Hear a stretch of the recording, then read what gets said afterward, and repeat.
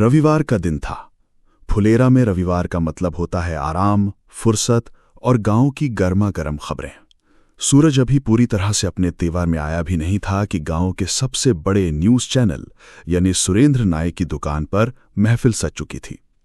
सुरेंद्र की कैंची बालों पर कम और कान में फुसफुसाती बातों पर ज्यादा चल रही थी। दुकान खचाखच भरी थी। कुछ लोग दाढ़ी बनवाने आए थे, कुछ कटिंग के लिए और बाकी सिर्फ इसलिए बैठे थे ताकि गांव जहान की कोई ब्रेकिंग न्यूज़ छूट न जाए।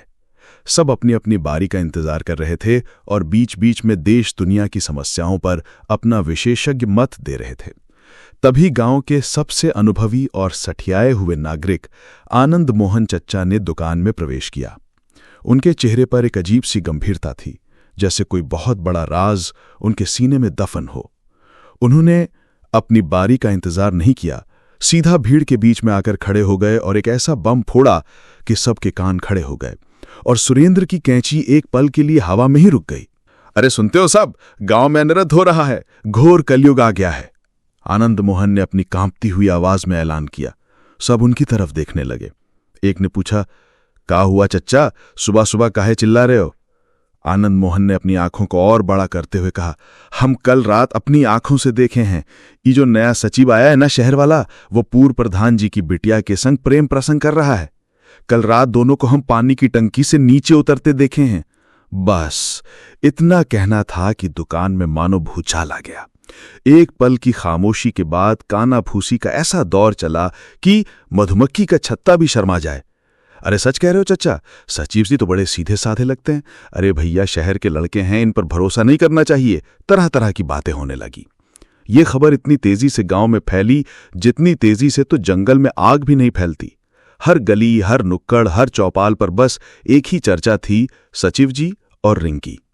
इधर इस सारे बवंडर से अनजान भूषण अपनी मंडली के साथ भुटकुन की चाय की दुकान पर अखबार पढ़ रहा था। भुटकुन की चाय की केतली से उठती भाप और भूषण के मुंह से निकलते शब्द दोनों ही माहौल में गर्मी घोल रहे थे। भूषण अखबार का पन्ना पलटते हुए अपने सबसे वफादार शिष्य विनोद से बोला, देख रहा है विनोद, आजकल अखबार के खेल समाचार में WWE का न्यूज छाप रहा है। देश में क्रिकेट खत्म हो गया है का? विनोद, जो हमेशा की तरह ज्ञान प्राप्त करने की मुद्रा में बैठा था, बोला, ई का होता है भैया WWE? भूषण ने एक विद्वान की तरह समझाते हुए कहा, ये एक बेकार खेल होता है, एकदम फालतू। विनोद ने मासूमियत से पूछा, आए?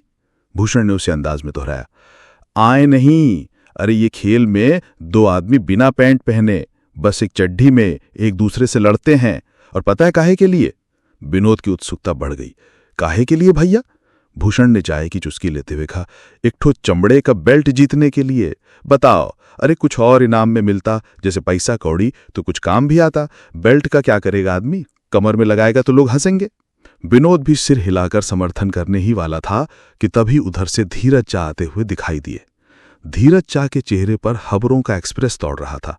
वो हांफते हुए पहुंचे और सुरेंद्र नाई की दुकान पर हुए पूरे वार्तालाप का लाइव टेलीकास्ट कर दिया। भूषण की आंखों में एक शैतानी चमक आ गई। उसके चेहरे का भाव ऐसे बदला जैसे कोई शिकारी अपने शिकार को जाल में फंसते देख रहा हो। वो अपनी कुर्सी पर तन कर बैठ गया और बोला, तभी तो कहें, हम तो कब से सोच रहे थे कि ई सचिव पूर्व प्रधान जी से इतना लगाव काहे रखता है। हर बात में जी प्रधान जी, हाँ प्रधान जी। अब ना दूध का दूध और पानी का पानी हुआ है। देख रहा है विनोद, इसी को कहते हैं चरित्र, एकदम भ्रष्ट। रविवार का दिन था तो सचिव जी यानी अभिषेक त्रिपाठी अभी गहरी नींद में सो रहे थे। उन्हें कोई होशो खबर नहीं थी कि उनके पीठ पीछे इस शांत से दिखने वाले फुलेरा गांव में उनके चरित्र को लेकर कैसी खिचड़ी पक रही थी। वो तो अपने MBA के सपने में खोए हुए थे, इस बात से बेखबर कि गांव वालों ने उनकी जिंदगी में एक नया अनचाहा अध्याय जोड़ दिया है। हवा में उड़ती उड़ती ये खबर आखिरकार पूर्व प्रधान ब्रजभूषण दुबे के कानों तक भी पहुंच गई। जैसे ही उन्होंने ये सुना, उनके घर में तूफान उठ गया। वो आग बबूला होकर आंगन में टहलने लगे। हमारी इज्जत का मजाक बना दिया, गांव में हम मुंह दिखाने लायक नहीं रहे। प्रधान जी ने अपनी पत्नी मंजू देवी को भी ये बात बताई। मंजू देवी ने खबर सुनते ही माथा पकड़ लिया। वो अपने पति की तरह तुरंत आग बबूला नहीं हुई, बल्कि उनकी आंखों में चिंता और सोच की गहरी लकीरें उभर आईं।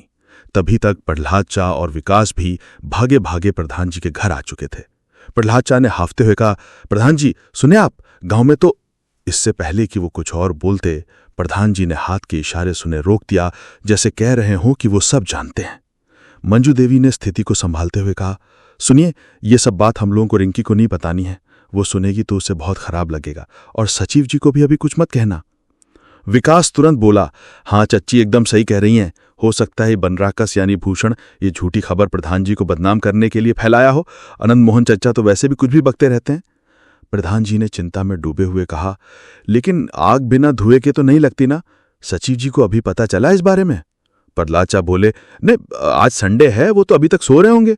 वैसे प्रधान जी, हमको तो नहीं लगता कि सचिव जी ऐसा करेंगे। उनका तो एक ही प्लान है, MBA करके गांव से निकलना। वो इन सब चक्करों में कहां पड़ेंगे। मंजू देवी ने फैसला सुनाते हुए कहा, देखो, हम लोग अभी किसी से कुछ नहीं कहेंगे, न रिंकी से न सचिव जी से। अपनी तरफ से पता करो कि आनंद मोहन की बात में कितनी सच्चाई है। पहले जड़ तक पहुंचना जरूरी है। सबने इस बात पर सहमति जताई। पूरा गांव इस खबर की चटखारे ले रहा था, सिवाय उन दो लोगों के जिनकी ये कहानी थी, सचिव जी और रिंकी। अब फुलेरा में एक अघोषित जासूसी का दौर शुरू हो गया था। एक तरफ प्रधान जी और मंजू देवी चुपके चुपके रिंकी पर नजर रख रहे थे। उसका व्यवहार, उसका फोन पर बात करना, सब कुछ उनके शक के दायरे में था। दूसरी तरफ प्रहलाद चा, विकास ने सचिव जी की जासूसी का जिम्मा उठाया। लेकिन ये बात गांव में उतना तूल नहीं पकड़ रही थी जितनी भूषण को उम्मीद थी। इसका मुख्य कारण आनंद मोहन की छवि थी। वो अब बूढ़े हो गए थे और अक्सर कुछ भी बड़बड़ाते रहते थे। ज्यादातर लोग ये कहकर बात टाल देते थे कि बुढ़वा सठिया गया है। ये बात भूषण को कांटे की तरह चुभ रही थी। उसने अपनी मंडली के साथ एक मीटिंग बुलाई। ऐसे काम नहीं चलेगा। जब तक कोई पक्का सबूत हाथ नहीं लगता, कोई हमारी बात नहीं मानेगा। अब हमें इन दोनों को रंगे हाथ पकड़ना होगा। उधर विकास और प्रहलाद चा अपनी रणनीति बना रहे थे।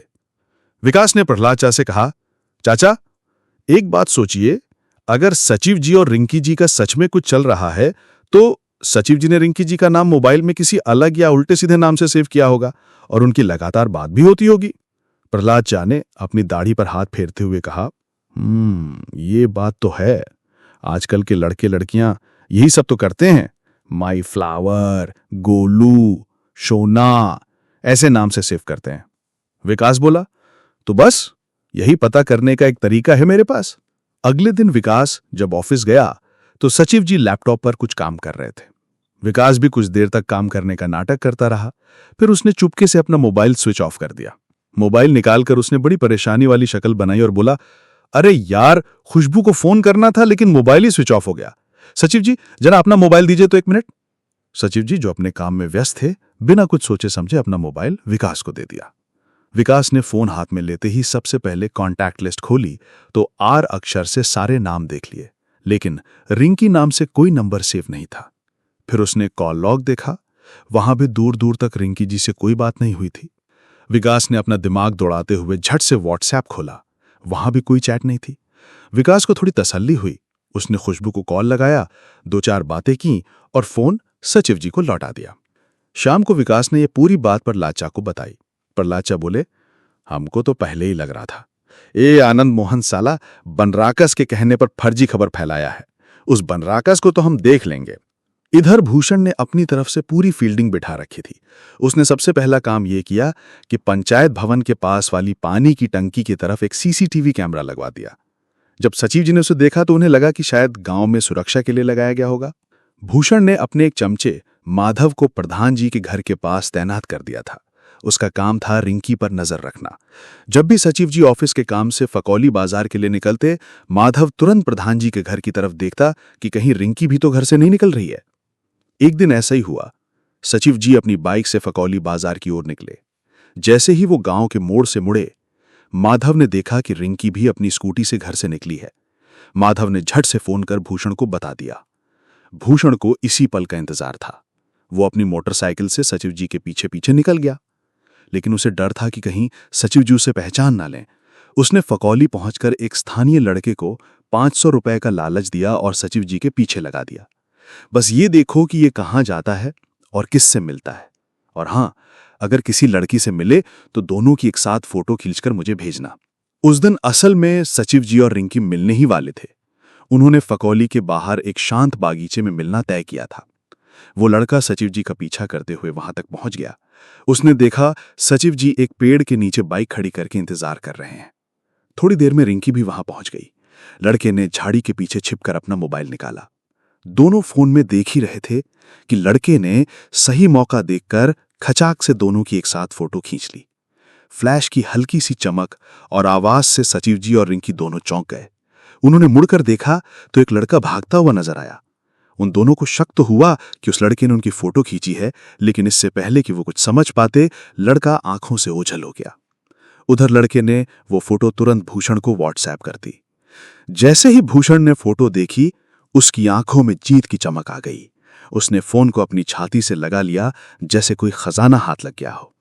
उसने विनोद को फोटो दिखाते हुए कहा, ये देखो विनोद, अब मिला है पक्का सबूत। अब कहां जाएगा पूर्व प्रधान? विनोद ने फोटो देखकर कहा, भैया जल्दी से ये फोटो गांव के व्हाट्सएप ग्रुप में फैला दीजिए। शुभ काम में देरी कैसी? भूषण ने एक शातिर मुस्कान के साथ कहा, नहीं विनोद नहीं, सब्र का फल मीठा होता है। अगले सोमवार को वार्ड की मीटिंग है। ये फोटो उसी सुबह गांव में फैलेगा। जब सारे वार्ड मेंबर के सामने पूर्व प्रधान की थूथू होगी, तब आएगा असली मजा। हम प्रधान जी की इज्जत का ऐसा रायता फैलाएंगे कि वो जिंदगी भर याद रखेंगे। भूषण और विनोद की शैतानी हंसी उस रात पूरे घर में गूंज रही थी, लेकिन पूरा गांव में खामोशी था। शायद ये खामोशी तूफान से पहले की खामोशी थी। पहला भाग खत्म होता है, जल्द ही अगला भाग आएगा। अगर आपको कहानी पसंद आ रही है तो एक लाइक कर दें। 250 लाइक के बाद दूसरा भाग डाल दिया जाएगा।